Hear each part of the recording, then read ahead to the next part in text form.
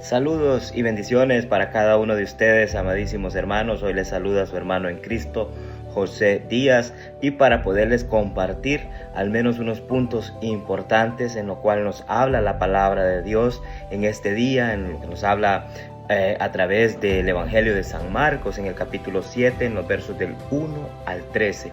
Nos va a hablar sobre de un conflicto que hubo ahí entre Jesús y los fariseos y los escribas.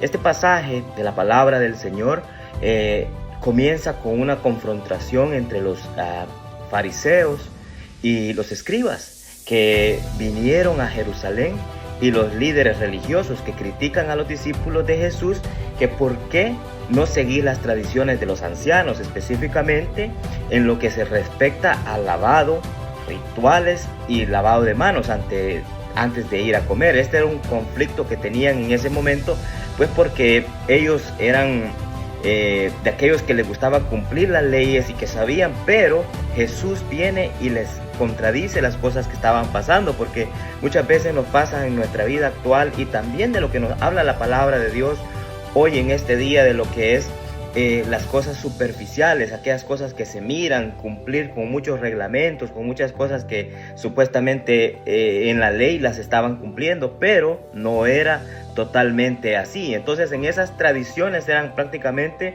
tradiciones humanas versus los mandamientos divinos, porque prácticamente eran como cuando hacen un escalón de cosas que las quiero así, las vamos a hacer de esta manera, pero no se estaban haciendo divinamente. ¿Qué quiere decir la palabra divinamente? Es que venía con palabra de sabiduría, con palabra de Dios. Entonces Jesús señala esta parte, la diferencia entre las tradiciones humanas y los mandamientos de Dios, y critica, por supuesto, a los fariseos por enfatizar las tradiciones humanas mientras descuidan los mandamientos más importantes de Dios. ¿Y cuáles eran los mandamientos más importantes de Dios? Es amar a nuestros hermanos, amar a todo aquello que el Señor nos envía, aunque aún nosotros no queramos, no sintamos el deseo, pero el Señor nos invita a amar. Y entonces no podemos vivir con una vida, ya decía anteriormente,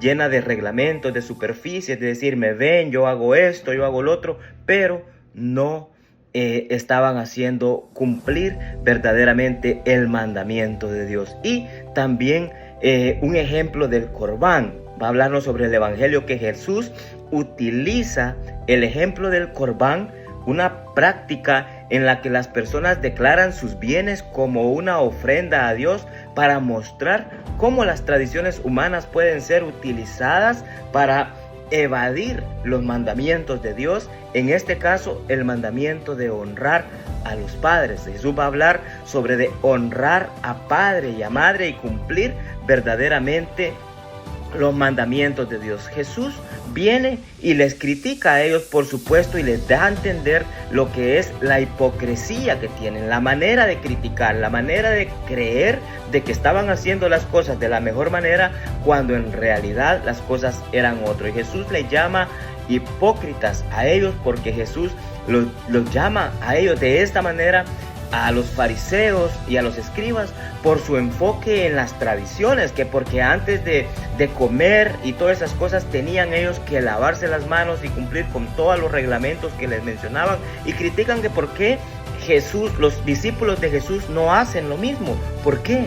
Entonces, estas tradiciones externas, mientras sus corazones, le va a decir el Señor, están lejos verdaderamente de Dios. Y Jesús y cita, ¿verdad?, a lo que es el profeta Isaías en el verso del 29 al 13, para enfatizar que su adoración es vana cuando enseñas como doctrinas mandamientos de hombres. Es decir, yo quiero hacer las cosas de mi manera, así me parecen bien y así las vamos a hacer, pero sin escuchar la voz divina, sin pedir la dirección al Señor.